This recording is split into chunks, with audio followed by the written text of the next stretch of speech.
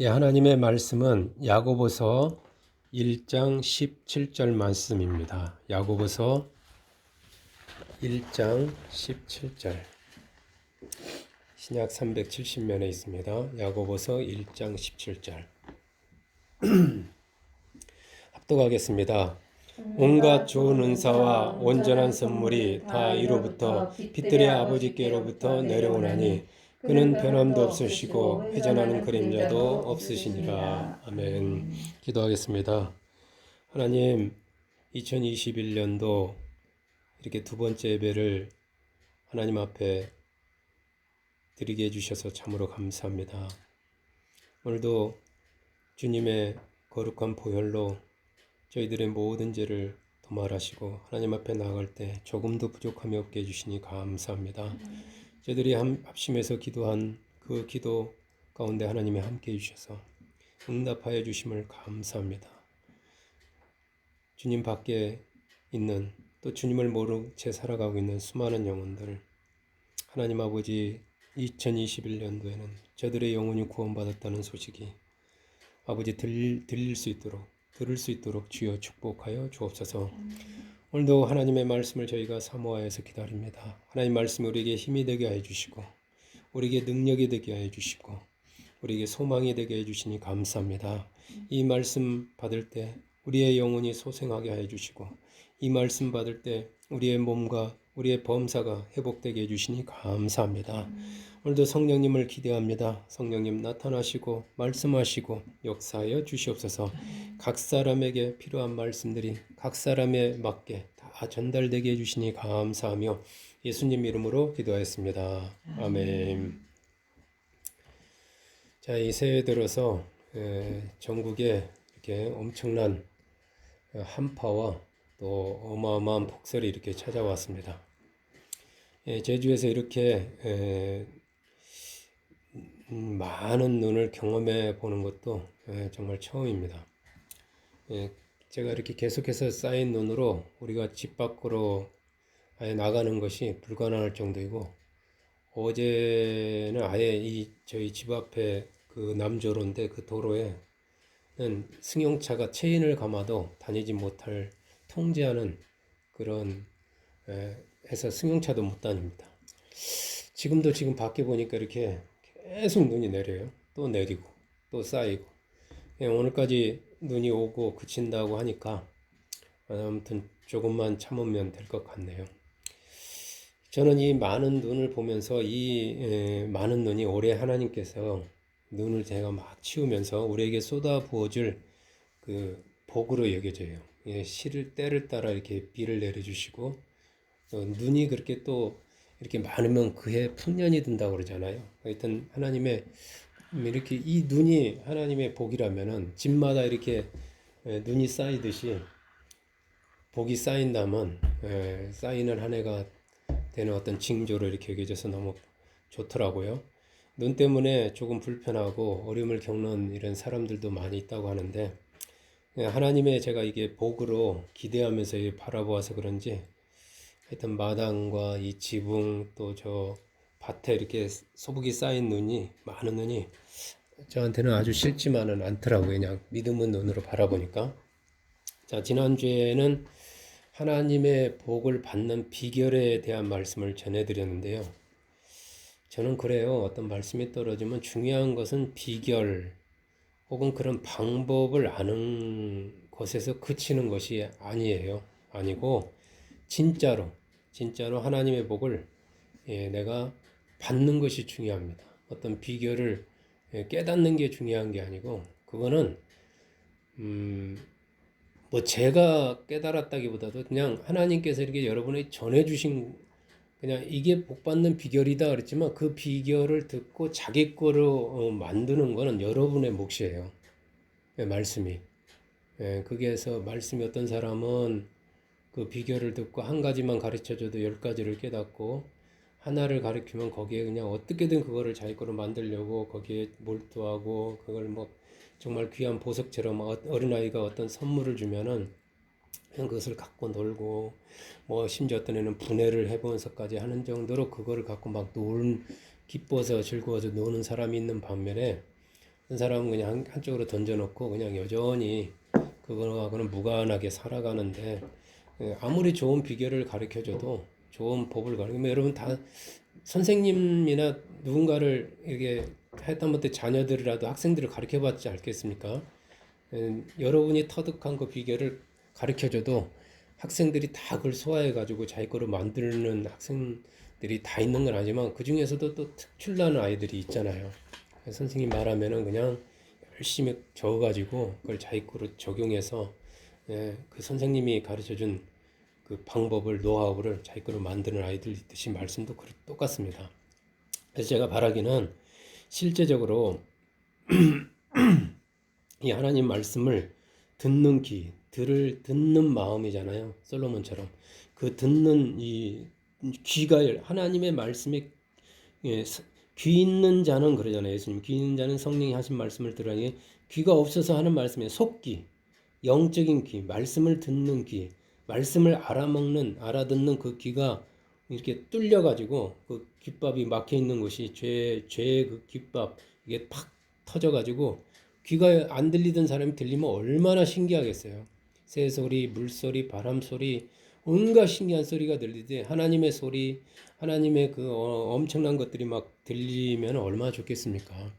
그래서 듣는 귀가 내 귀 막힌 귀를 열어주옵소서 하면서 그 열려가지고 삶 가운데 매 순간마다 성령의 인도하심을 받아서 세미한 그 인도함을 듣고서 움직일 때 그 놀라운 하나님의 복을 움직이면서 그 놀라운 예비하신 하나님의 그 놀라운 축복을 날마다 체험하시기를 축복합니다. 정말 우리 성도들 가정 가운데 정말 하나님으로부터 이런 복을 받았다. 나는 정말 그 말씀 때문에 귀가 열려가지고 했더니 그 삶의 여러 분야에 적용했더니 정말 대더이다. 예수님 말씀대로 말씀에 의지하여 그물을 내렸더니 됩디다 하고 그렇게 간증하는 가정이 또 개인들이 정말 많아지기를 소망합니다. 지난주에 복은 우리가 내가 만드는 것이 아니고 하나님으로부터 받는 것이라고 내가 말씀드렸어요. 새해 복 많이 받으세요 그러잖아요. 따라서 내가 복을 만드는데 어떻게 내가 그 복을 막 이루는데 물론 노력을 하지 말라는 건 아닙니다. 근데 한 번쯤 삶의 그 마인드를 바꿔서 그 만드는 데 집중하지 말고 하나님으로부터 하늘의 복을 받는데 집중하라고 말씀드렸어요. 하나님하고 이렇게 코드가 맞고 하나님의 마음에 합한 자가 되어서 그 하나님이 복을 주려고 지금 하늘 창구를 지금 열으셨다고 그랬잖아요. 하늘 창구에 얼마나 많은 보호가 있겠어요, 보화가. 그걸 받으시기를 축복합니다. 그래서 이번 주에도 하나님의 복을 받는 비결에 대해서 말씀드리려고 해요. 아마 계속 또 이렇게 복과 관련된 말씀이 나갈 텐데. 자, 오늘 본문 말씀을 보면은 온갖입니다. 온갖이라는 건 한 가지가 아니라는 거예요. 다양한, 수천 가지, 수백 가지. 그런 온갖 좋은 은사인데 좋은 거라는 거예요.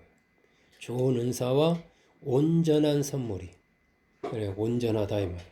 짝퉁이 아니다 이 말이에요.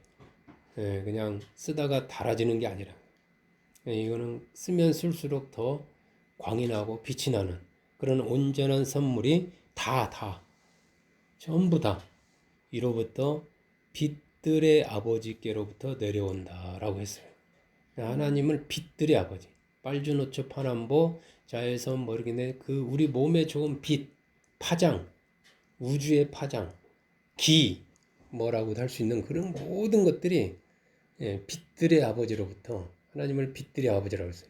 우리에게 쏟아 부어준다, 내려온다 고 했습니다. 온전하면서도 다양한 수많은 좋은 은사와 선물이 이 시간에도 실시간으로 지금 이 순간에도 하나님으로부터 저 쏟아지는 눈처럼 위로부터 계속해서 쉬지 않고 내려오고 있습니다. 내려오고 있다. 이렇게 실시간으로 지금 내려오고 있습니다. 어떻게 하면 이 모든 다양한 복을, 그 빛들을, 그 은사를, 그 선물들을 우리가 놓치지 않고 받아 누릴 수 있을까요? 이 복을 받는 비결을 알기 전에 먼저 왜 이 복을 받지 못하는지 알아야 됩니다.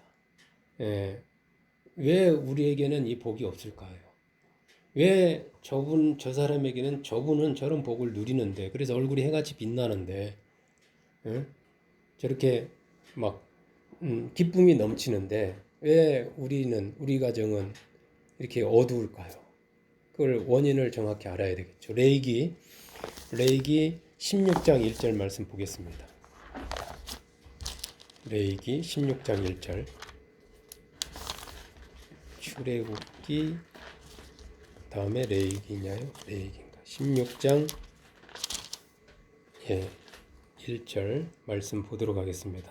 16장 1절 찾으셨죠? 합독합니다. 아론의 두 아들이 여호와 앞에 나아가다가 죽은 후에 여호와께서 모세에게 말씀하시니라. 아멘. 자, 아론의 두 아들은 하나님의 성막에서 하나님을 섬기는 제사장입니다. 대대로 제사장 가문이잖아요. 그런데 이들이 하나님 앞에 나아가다가 죽었습니다. 대를 이어서 그 아론도 대제사장이고 이들도 대제사장인데 대를 이어 목사님으로 섬기는 그 목사님의 아들들이 그들도 목사님이잖아요. 아들들이 하나님께 예배드리다가 하나님으로부터 복을 받지 못하고 도리어 저주를 받아 죽은 것입니다. 이건 예배드리다가 섬기다가 죽었잖아요. 우리가 하나님께 예배드리는 이유가 무엇일까요? 예배드리는 이유가 예배가 무엇입니까? 워십, 영어로는 워십입니다. 예배하면 요즘날 영어 번역도 워십으로 돼 있어가지고 좀 이상해요. 예배하면 찬양. 그냥 여러분의 예배하면 여러분의 이미지 속에 예배드리는 모습이 뭡니까? 예배드리는. 그냥 이렇게 열광적으로 찬양하는 각자가 틀리겠죠. 예배가 무엇입니까? 물론 예배학적으로 분석하면 예배의 요소가 뭐 이거 있고 이거 저거 있고 예배는 이런 요소가 있다 했지만 하여튼 예배가 무엇일까? 예배의 본질과 목적은 하나님과 만나는 겁니다. 하나님과의 만남이요, 하나님과의 교제입니다. 이게 예배예요. 예배는 하나님을 만나는 공적인 시간입니다. 물론 개인적으로 하나님을 만나는 시간이 있겠죠. 예배하다, 하나님 만나다. 예배당은 그래서 하나님을 만나는 공적인 장소입니다. 여러분, 교회가 무엇입니까? 이 예배와 교회가 신학적으로든 성경적으로 잘 잡혀 있어야 지금 이 코로나 시대에 헷갈리지 않게 돼 있어요. 흔들리지 않게 돼 있어요. 근데 이 예배관이, 교회관이 비성경적인 요소가 끼어들 때, 자기 욕심이 들어가 있을 때 이상한 말을 하게 돼 있어요. 교회관이 잘못되어 있습니다. 여러분, 교회가 무엇입니까? 교회는 이방 종교처럼 단순히 하나님의 신을 모셔놓은 그런 신전이 아닙니다. 신전이 뭐예요? 신당. 그 신이 있는 곳이라는 거예요, 그곳에. 그게 신을 모신 게 그것이 거룩한 거. 거기에 가야 하나님을 만날 수 있다고 생각합니다. 이렇게. 그래서 그걸 신격화시킵니다. 제단. 어느 교회 가면 설교단이 잘 보이게 하기 위해서가 아니라 이게 높이 돼 있어가지고 거기에 손도 못 대게 해요. 거기 하나님이 임한다고.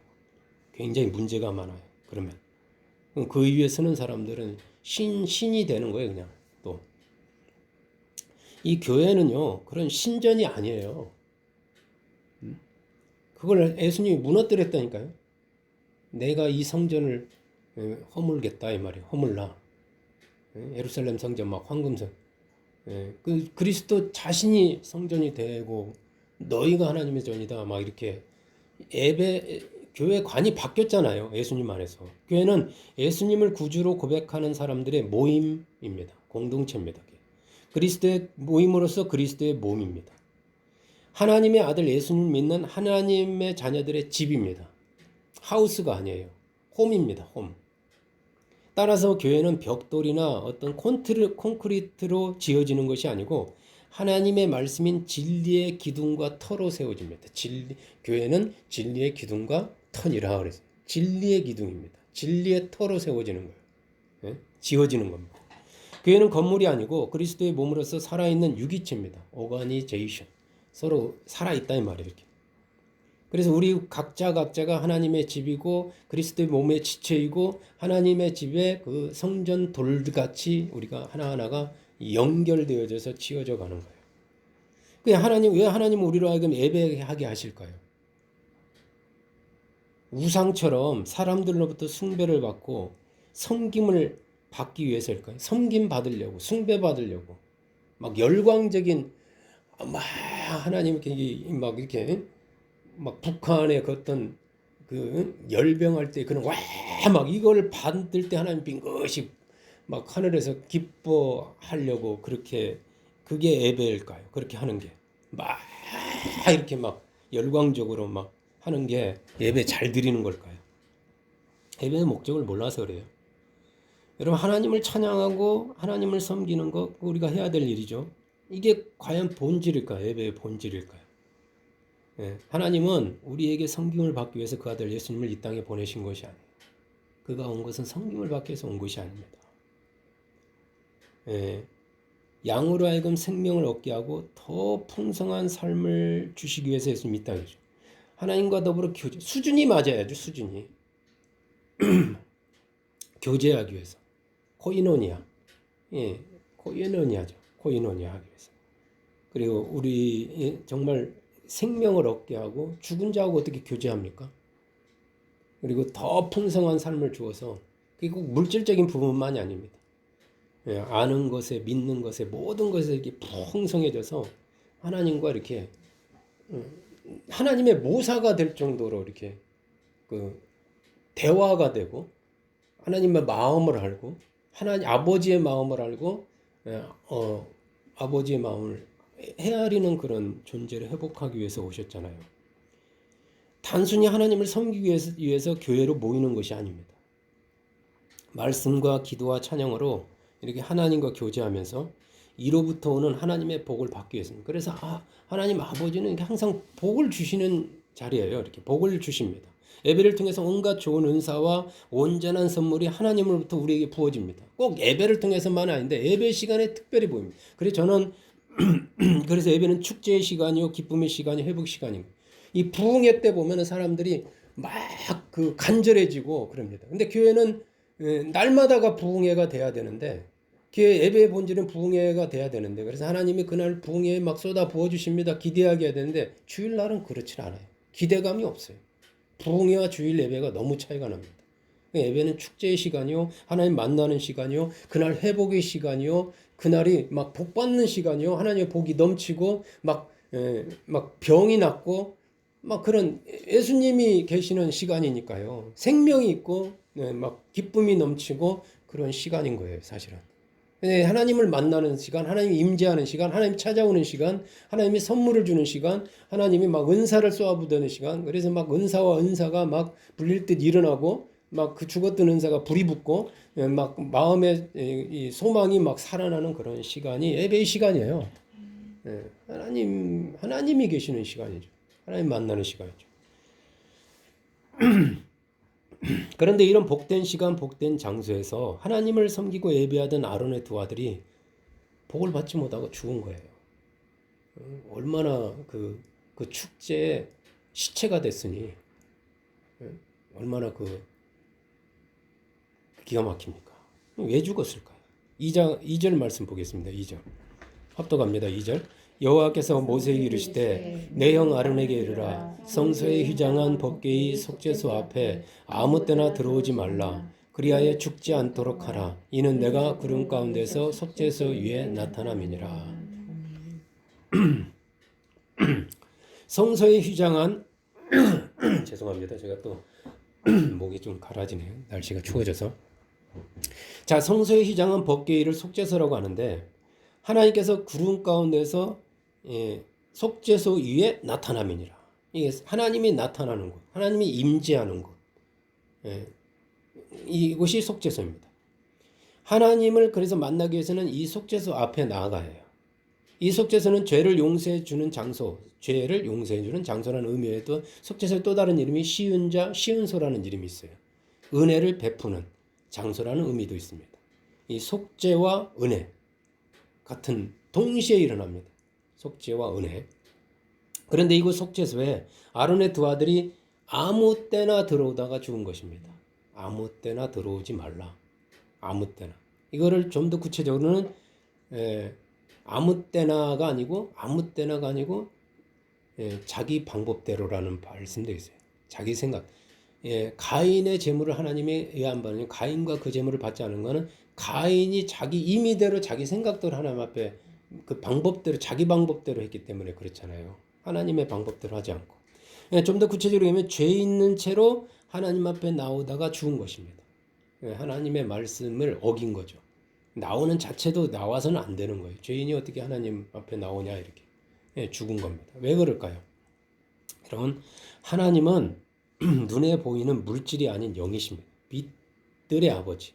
그는 빛 가운데 거하기 때문에 디모데전서에 보면은 그는 빛 가운데 거하기 때문에 사람의 눈으로 볼 수 있는 존재가 아니라고 그랬어요. 하나님 눈에 보이는 물질이 아닌 영이십니다. 영이신 하나님의 가장 두드러진 속성은 거룩. 하나님 속성이 있어요. 우리 사람에게도 그 사람의 특성이 있듯이 성품이 있듯이 하나님에게도 그런 성품인데 그 중에 두드러진 하나님의 속성이 거룩입니다. 거룩. 죄와 구별된 존재라는 뜻이에요. 하나님은.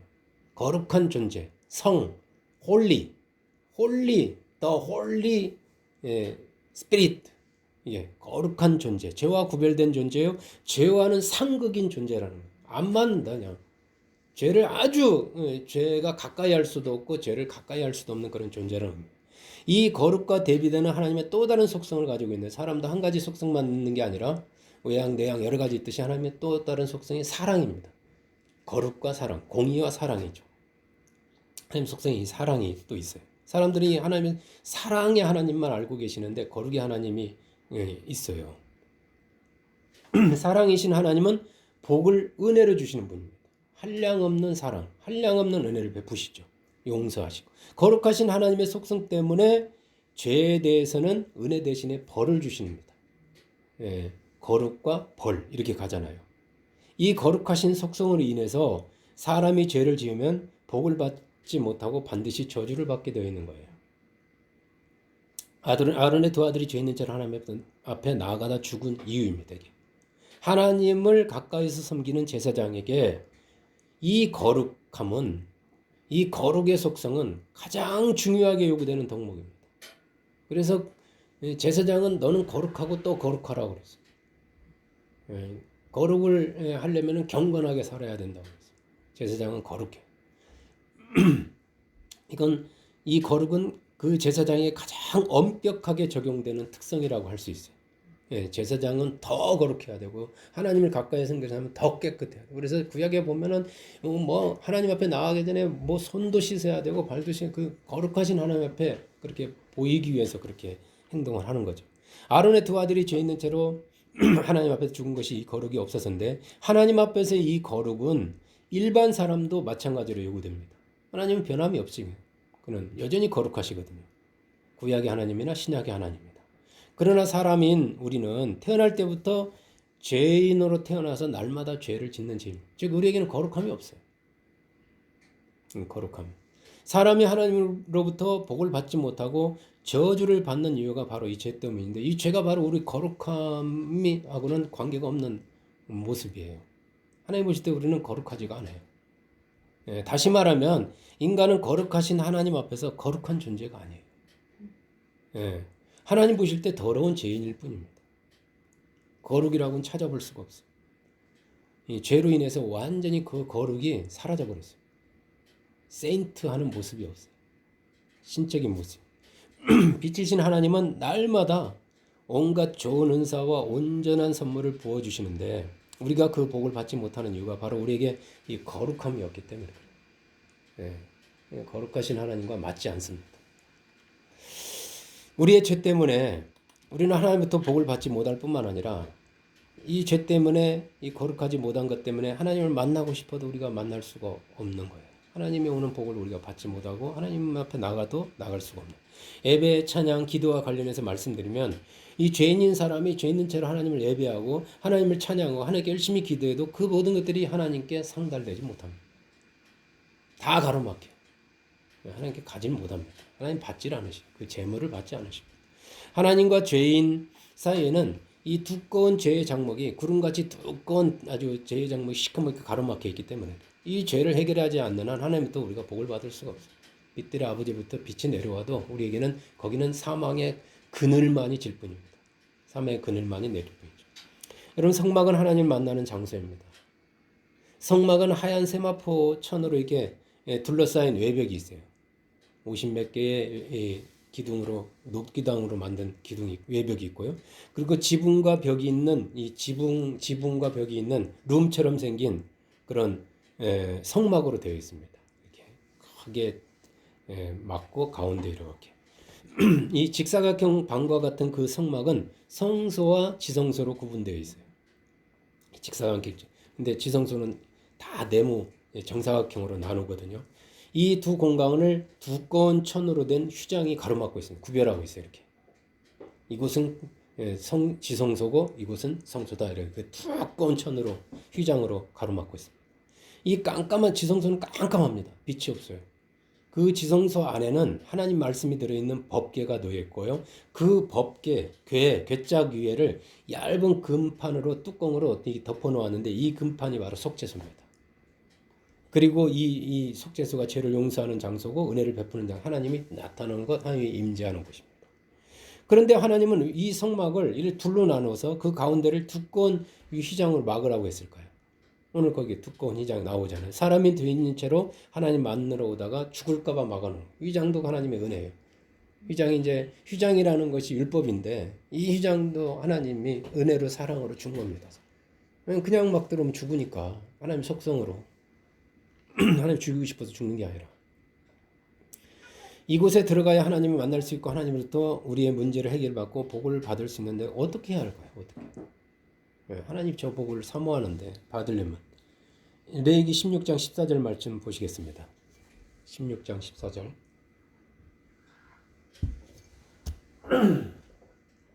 죄송합니다. 심하네. 합독합니다. 그는 또 수송아지의 피를 가져다가 손가락으로 속죄소 동쪽에 뿌리고 또 손가락으로 그 피를 속죄소 앞에 7번 뿌릴 것이며. 아멘. 이 죄인인 사람이 하나님을 만나려면 반드시 가져가야 하는 것이 있어요. 구약에서는 제물, 즉 양과 같이 깨끗한 짐승을 하나님 만나려면 반드시 대동하고 가야 됩니다. 가난한 사람은 비둘기, 더 가난한 사람은 밀가루라도 다 깨끗한 걸 상징합니다. 이 제물을 하나님께 바치기 위해서 가져가는 것이 아니에요. 드리기 위해서 가져가는 거예요. 보통 우리가 제물을 하나님께 드린다 이러는데 드리기 위해서 가져가는 게 아니고 내 죄를 해결하기 위해서 가져가는 겁니다. 그 차이를 아셔야 돼요. 제물을. 죄를 지은 사람이 깨끗한 짐승을 가지고 오면은 제사장은 그 짐승의 머리에 손을 얹고 기도합니다. 그 짐승의 머리. 사람이 먼저 손을 얹고 그리고 제사장이 그 위에 손을 얹어요. 그 순간 사람의 모든 죄가 이 짐승에게 전가된다고 그래요. 전가라는 거는 넘어간다 이 말이에요. 넘긴다 이 말이에요. 떠넘깁니다. 올 때는 깨끗한 짐승이었는데 이 사람의 죄를 자백하고 기도하는 순간, 고백하는 순간 이 사람의 모든 죄가 그 짐승에 넘어가서 그 죄로 뒤집어 쓴 더러운 짐승이 됩니다. 죄로 더러워졌죠. 깨끗한 짐승이었는데. 제사장이 이 짐승을 이 사람 대신에 죄를 지은 사람 대신에 죽이는 거예요. 원래는 이 사람이 자기의 죄 때문에 죽어야 돼. 그 벌을 받아야 되고 저주를 받아야 되는데 죄 없는 짐승이 이 사람을 대신해서 죽는다고 해서 이 짐승을 대속물이라고 합니다. 예. 제사장이 이 죽은 짐승의 몸에서 뭐가 나오냐면 피가 나와요. 피. 생명의 피. 이게 피가 나옵니다. 그 피를 금그릇에 받습니다. 대접에 받아서 그 피를 가지고 휘장 안에 있는 그 속죄소 앞에 나아가는 거예요. 이 대속죄일이라고 7월 1일 날 하는 1년에 한 번 하는 대속죄일이 큰 행사인데 그때 대제사장이 속죄소의 지성소에 들어갑니다. 그리고 그 피를 손가락에 그 접시에 있는 손가락을 그 피에 접시에다 다 젖혀가지고 속죄소 앞쪽 안쪽 그리고 바로 그 속죄소 앞에 그 피를 7번 이렇게 아주 이렇게 뿌리는 거예요. 이렇게. 그러면 속죄소에 나타나신 하나님은 그 사람의 죄값을 치르기 위해 대신 죽은 그 짐승의 피를 봅니다. 피가 있느냐 없느냐. 대속을 했느냐 안 했느냐. 이 사람이. 죄 용서를 받았느냐. 죄 사함의 제사를 피를 뿌렸느냐 안 했느냐. 그 피를 보시고 그 사람을 용서해 주시고. 이때 이제 하나님의 속성이 거룩 대신에 뭐예요? 사랑이 하나님. 용서의 하나님은 사랑의 하나님. 그냥 용서가 아닙니다. 대가를 치렀으니까. 여기 그 대가를 치른 피가 있습니다. 증거의 피죠. 이게. 그 무슨 증거예요? 내 죄값을 다 치른 증거라. 증거가 있느냐 이 말입니다. 그 증거의 피를 보시고 그를 용서해 주시고 그를 만나 주시고 그의 소원을 들어 주시고 그를 축복해 주십니다. 예. 죄인인 사람이 하나님으로부터 복을 받기 위해서는 반드시 이 죄용서라는 선 단계가 있어야 돼요. 죄사함, 죄용서, 죄사함을 뭐니? 다시 말해 거룩해짐, 즉 거룩함을 회복해야 돼요. 예. 하나님하고 접촉이 이루어지려면, 하나님하고 딱 붙으려면, 포도나무에 붙으려면 먼저 이게 있어야 돼요. 그 죄사함을 받고 거룩함을 회복하는 데 있어서 반드시 있어야 할 것이 내 대신 죽은 짐승의 피인 거예요. 예, 하나님의 이게 법이에요. 피만 있으면 얼마든지 죄 용서 받고 하나님의 복을 받을 수 있는 거예요. 그게 피가 살 길입니다. 자, 히브리서 10장 10절 보겠습니다. 히브리서 10장 10절.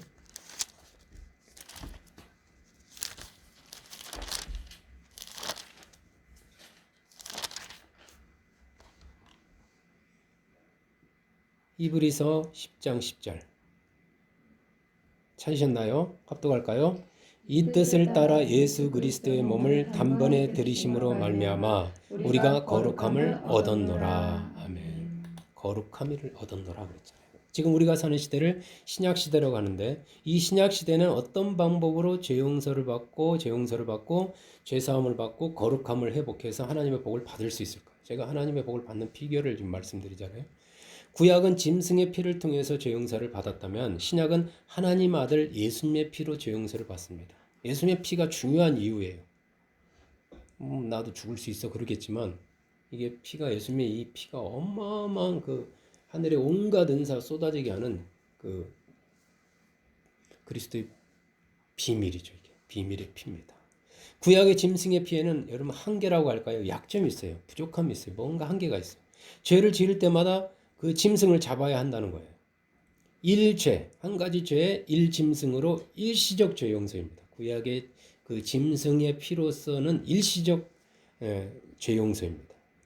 죄 용서의 제사를 방금 드리고 나오다가 성막 입구에서 나오다가 또다시 죄를 지으면 방금 드린 짐승의 피 제사는 무효가 됩니다.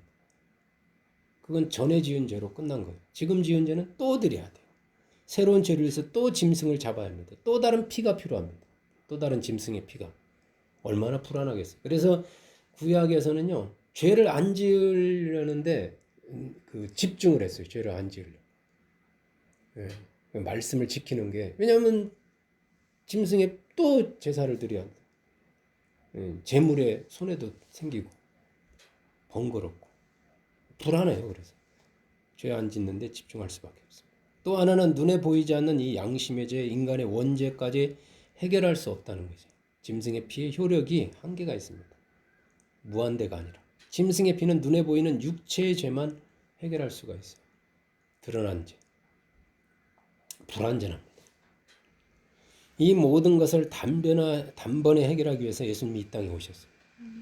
저와 여러분의 모든 죄에 대해서 원죄, 자범죄, 모든 죄에 대해서 그리고 그 불완전한 일시적인 속죄가 아니라 영원한 속죄, 한시적 속죄가 아니라 영원한 속죄를 이루기 위해서 예수님께서 대속물이 되어서 제물이 스스로가 십자가에서 피를 흘리신 거예요. 예수님 당신 스스로가 제물과 대제사장이 되어가지고 스스로가 집행자가 되신 거예요. 자기 몸에 자기가 집행하신 거예요. 그는 우리의 대제사장이라고 그랬잖아요. 대제사장이 되어서 우리 죄인들을 위해서 하나님 앞에 그 피를 뿌리셨어요. 예수님이 손수 피를 다 뿌리신 거예요. 누구를 위한? 이 모든 나를 믿는 예수님 믿는 자들을 위한 대속의 피를 내가 뿌려 주신 겁니다. 미리. 예. 지금은 우리 예수 믿는 사람에게 짐승의 피가 필요가 없어요. 왜? 우리는 짐승의 피보다 더 완전하고 더 영원한 예수님의 피가 있으니까. 그러나 예수의 피가 없는 사람은 여전히 구약 방식으로 짐승의 피 아니면 정성을 드린다든가 이런 방법으로 하나님 앞에 나아가려고 하겠죠. 예. 더 나은 제사를 우리는 드리는 겁니다. 더 나은 피, 더 나은 하나님의 피 제사를 드리는 거죠.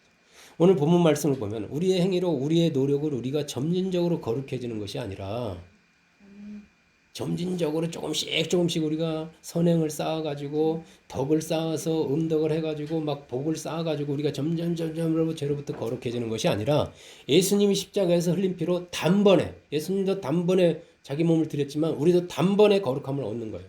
거룩함을 얻었노라 그랬잖아요. 그 예수님의 피로. 죄사함과 거룩함의 회복은 전적으로 예수님의 피로 되고 그거는 점진적으로 되는 게 아니라 단번에 되는 겁니다. 믿는 그 순간 거룩해지는 겁니다. 거룩함을 얻는 것이지 거룩함을 이루는 게 아니에요.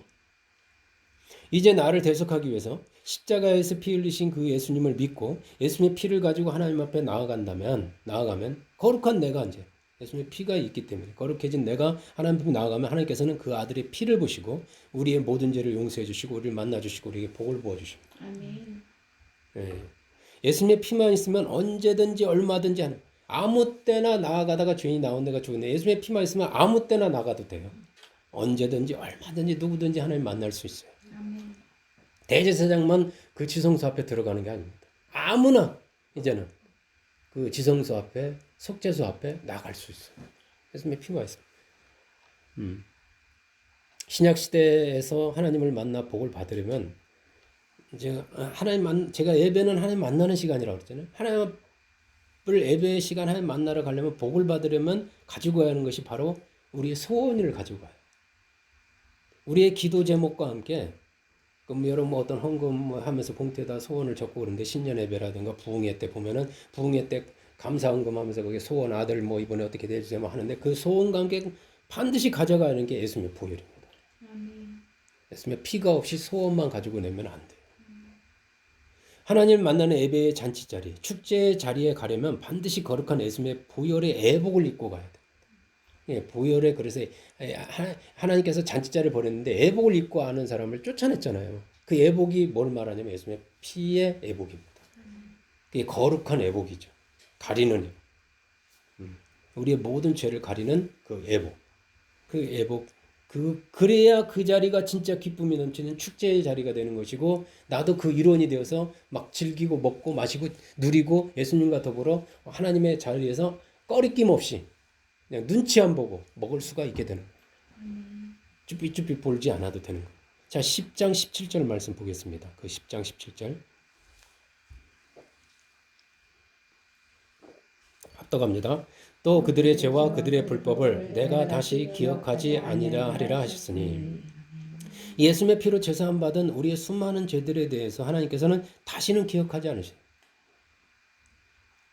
하나님의 기억의 저장고에 그 기억의 저장고에 더 이상 우리의 죄에 대한 자료는 없습니다. 다 폐기됐어요. 남아있는 게 없어요. 하나님께서 완벽하게 하나님의 기억에서 지워버리세요. 포맷시켜버렸어요. 회복할 수가 없습니다. 더 이상. 예수님의 보혈 안에 있는 우리를 하나님은 죄인으로 기억하고 있지 않아요. 그냥 사랑스러운 아들, 딸로 기억할 뿐입니다. 우리 죄에 대해서 하나님은 치매에 걸리셨어요. 너 누구냐? 저 하나님 전문에 죄지었는데. 네가 죄지었다고 그런다니까. 나 몰라. 죄인으로 기억하지 않는다니까. 아우, 내 딸 왔구나. 내 아들 왔구나. 이렇게 기억할 뿐이에요. 죄에 대해서 치매 걸리신 하나님. 자, 10장 19절 말씀 보시겠습니다. 합독할까요? 그러므로 형제들아 우리가 예수의 피를 힘입어 성소에 들어갈 담력을 얻었나니. 아멘. 예수님의 피 안에는 하나님 앞에서도 떨리지 않게 하는 담력이 들어있어요. 담대함이 들어있어요. 하나님 만날 때 더 이상 두려워 떨지 않아도 됩니다.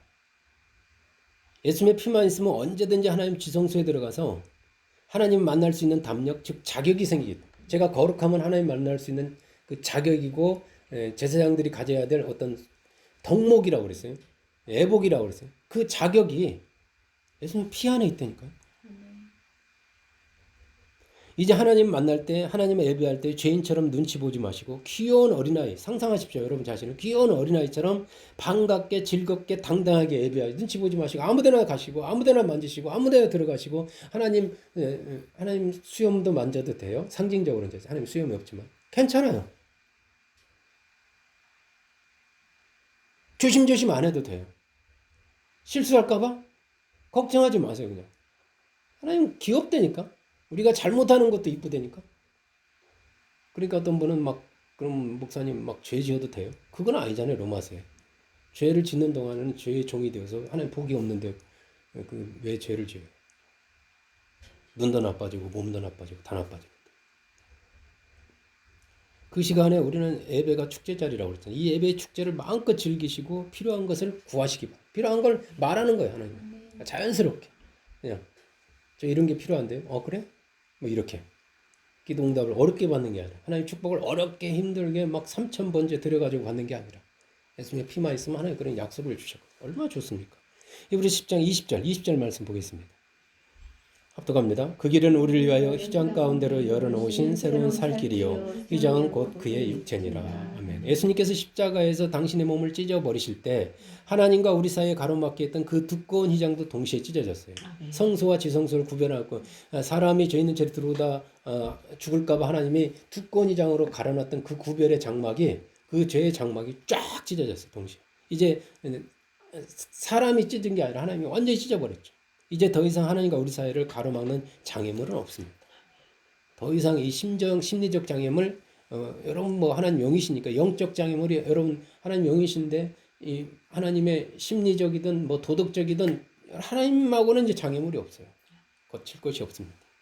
예수님 때문에 살 수 있는 길, 축복의 길이 활짝 열린 것이. 그래서 예수님이 내가 길이 된다고 그랬어요. 생명이 된다고 그랬어요.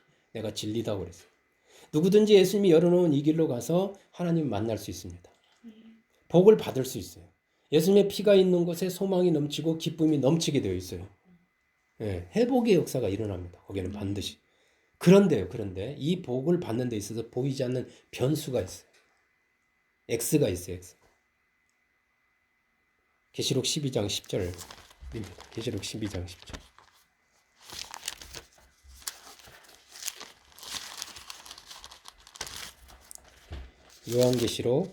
요한계시록 12장 10절.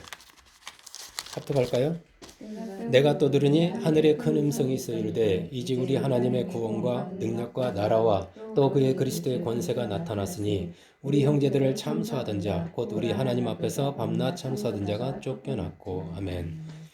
우리가 죄를 지을 때마다 우리로 하여금 복을 받지 못하도록 우리의 양심에 대고 참소하는 자, 복을 받지 못하도록 방해하는 자가 있다는 거예요. 해방하는 자가 있어요. 해방자. 예, 복하고 관련되어 있습니다. 마귀는. 그가 바로 마귀 사탄이에요. 복을 받지 못하도록 양심에 대고 참소, 스팅, 찔러댄다. 우리를 굳게 만들고 긴장하게 만들고 뭔가 마음에 어떤 그 하나님 앞에 뭔가 이렇게 느끼게 만들고 죄를 지은 우리를 향해서 너 복받을 자격 없어. 염치 없이 어떻게 복을 달라고 해? 하면서 우리의 양심을 찔러가지고요. 하나님 앞에 나가지 못하게. 죄 있는 네가 하나님 앞에 어떻게 나갈 수? 네가 무슨 자격이 있어? 뻔뻔하게 옆에서 계속 찔러댑니다. 하나님 앞에 나가지 못. 하나님 앞에 기도하지 못하게. 하나님 앞에 예배하지 못하게. 말씀 보지 못하게. 그래서 여전히 죄 가운데 머물게, 죄 가운데 살게 합니다. 그래서 이게 저는 하나님 앞에 막 너무 죄송해서요. 예배하기도 좀 그래요. 이런 사람이 보일 없는 사람들이 특징이에요. 예수님의 피에 대한 믿음이 없는 사람들이 항시 시달리는 게 너무 저는 정직해야 되고 내가 죄를 지었으면 죄값을 받아야 되는데 이렇게 뭐 입이 안 떨어져요. 막 이런 사람들의 특징이 다 교회에 수두룩박죽합니다. 보일이 없는 사람들이 다 그렇게 마귀의 참소에 걸려 있는지도 모르고 그렇게 살아가요. 그리고 여전히 죄 가운데서 하나님 앞에 나가야 되는데 복을 받아야 돼. 복 없는 채로 살아가요. 여전히 저주 가운데. 그럼 어떻게 해야 될까요? 11절 말씀에 답이 나와 있습니다. 11절 계시록 12장 11절 합독할까요? 또 우리 형제들이 어린 양의 피와 자기들이 증언하는 말씀으로써 그를 이겼으니 그들은 죽기까지 자기들의 생명을 아끼지 아니하였도다. 그럴 때마다 마귀의 참소에 져서 양심의 고통 가운데 죄 가운데 살지 말고 예수님의 피를 의지해서 마귀를 이겨야 돼요. 어린 양의 피로써 그를 이겼으니 그는 마귀를 이기는 건 어린 양의 피밖에 없어요. 참소에서 빠져나오는 길은 예수님의 피밖에 없습니다. 죄사함에 확신이 있어야 돼요. 그럴 때 어떻게 해야 돼요? 그래 나 죄 지었어. 맞아 죄 지었어. 내가 지었다고. 그렇지만 이 죄까지도 예수님의 피로 다 용서받았다. 용서해 주셨다. 이 더러운 마귀야, 이 참소하는 마귀야, 복받지 못하게 하려고 나를 속이려고 하는 방해하는 마귀야, 떠나가라, 물러가라. 그 외치면서 마귀를 대적해야 돼요. 마귀하고 죽기까지 싸워야 됩니다. 떠나갈 때까지 싸워야 됩니다. 그 마귀가 달라붙게 놔둬서는 안 됩니다. 예수님의 피로써 그를 이기는 겁니다. 요한일서 1장 9절 보겠습니다. 요한일서 1장 9절.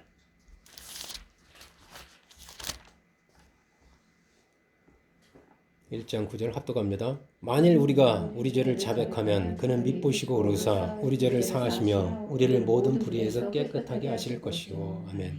우리가 죄를 지어서 마귀의 참소를 받아서 양심이 찔리면 마귀를 대적하기 전에 먼저 해야 될 게 있어요. 그게 하나님 앞에서 해결할 건 해결해야 되죠. 하나님 앞에 우리가 지은 죄에 대해서 예수님의 피를 의지하여 자백기도 합니다. 우리가 예수님 믿었어도 빛 가운데 거한다고 하면서도 죄가 없다면 거짓말하는 자거든요. 또 죄 짓거든요. 실수하거든요. 목사님도 잘못하거든요. 장로님도 실수하거든요. 그럼 그걸 어떻게 하냐면 그걸 어떻게 해요? 구약에서는 짐승의 피로 제사 잡아서 해결했잖아요. 우리는 자백하면 돼. 자백하면 돼. 왜냐면 짐승 피로 예수님의 피가 있으니까. 어떻게 하는 거예요? 하나님 제가 또 죄를 지었습니다. 또 실수했습니다. 잘못했네요. 생각해보니까. 말씀 받다 보니까. 그게 옳은 것 같아서 했는데 잘못했네요. 잘못했습니다 하고 회개합니다. 그렇지만 이 죄까지도 예수님의 피로 깨끗하게 용서해 주시니 감사합니다. 예수님의 이름으로 기도합니다. 여러분 용서해 주세요가 아닙니다. 하나님 저 이제 용서해 주세요가 아닙니다. 용서해 주시니 감사. 이미 다 기억지도 않거든요. 마귀의 참소와 복을 받지 못하는 거기 때문에 내 스스로가 자백하고 내가 제사장이 돼서 예수님의 피 가지고 내 죄 해결해 버리면 돼요. 용서해 주신다고 했으니까. 그러면 말씀에 의지해서요. 어린 양의 피와 그 하나님 말씀으로 이기는 겁니다. 이 말씀에 의지해서 확신 있게 기도해야 돼요. 확신 있게. 마귀에게 하나님 복을 뺏기지 않으려면 보혈에 대한 믿음이 강해야 돼요. 강해야 됩니다. 보혈에 대한 믿음이 강해야 돼요. 보혈로 모든 죄에 대해서 영원히 죄사함을 받았다는 이 확신이 죄사함의 확신, 죄용서의 확신, 구원의 확신, 이게 확실해야 돼요. 이게 나의 신념이 아니고 말씀에 의지한 그 믿음이 분명해야 됩니다. 흔들리지 말아야 합니다. 이 확신이 강하고 분명할수록 여러분 복도 확실하게 분명하게 받습니다. 뺏기질 않아요. 지연되어서 받지 않습니다. 분명하게 받을 수 있어요. 그리스도 예수 안에서 하나님으로부터 받는 복은 우리의 행위, 우리의 노력, 우리의 정성으로 받는 것이 아니에요. 오직 보혈에 대한 믿음입니다. 하나님의 사랑이 우리에게 향하게 하는 것은 오직 예수의 피밖에 없어요. 하나님의 아들 예수님이 흘린 그 피 앞에서 하나님은 한없이 약해집니다. 사랑의 하나님은 이 얼굴을 외면했다가도 예수님의 피를 보시고 얼굴을 우리에게 향하십니다. 누구의 기도잖아요. 우리 얼굴을 우리에게 향하사 우리에게 복을 내시고 우리 지경을 넓혀 주옵소서. 그게 그 얼굴을 하나님의 그 우리를 외면했던 하나님의 얼굴을 우리를 향하게 웃는 얼굴로 우리를 대하게 하는 건 예수의 하나님의 아들 예수님이 흘린 그 피밖에 없어요. 하나님의 마음을 풀 수 있는 건 예수의 하나님의 아들 피밖에 없다니까요. 하나님의 은혜는 오직 보혈에 대한 믿음으로만 임합니다. 우리 교회가 우리 가정이 우리의 삶에 하나님 축복이 강같이 흐르기 위해서는 보혈이 우리의 입술과 우리의 심장에 철철 흐를 때 우리 혈관에 막 철철 흐를 때예요. 보혈이 막혀 있으면 그게 생명의 피인데 거기가 막혀 있고 죽어 있는 겁니다. 거기에 수혈이 일어나요. 예수님의 피에 대한 수혈이 일어나요. 보혈이 우리의 영혼의 혈관에 막히지 않고 철철 흘러 넘칠 때 교회가 자녀가 일상이 하나님의 빛으로 환하게 밝아집니다. 보혈을 사랑하고 보혈을 가까이 하는 목사와 성도들의 교회와 가정에 하나님의 사랑이 넘칩니다. 저는 보혈을 설교할 때가 행복하고 보혈을 말할 때가 즐겁더라고요. 어떤 사람이 보혈에 대한 거부감이 있는데 저는 안 그래요. 보혈을 말할 때 평안이 오고 보혈을 할 때 소망이 생겨요. 2021년도 이 믿음으로, 이 보혈에 대한 이 믿음으로 온전하고 좋은 그 하나님의 다양한 복을 깊이, 넓게, 높이, 많이, 다양하게 체험하시기를 주님의 이름으로 축복합니다.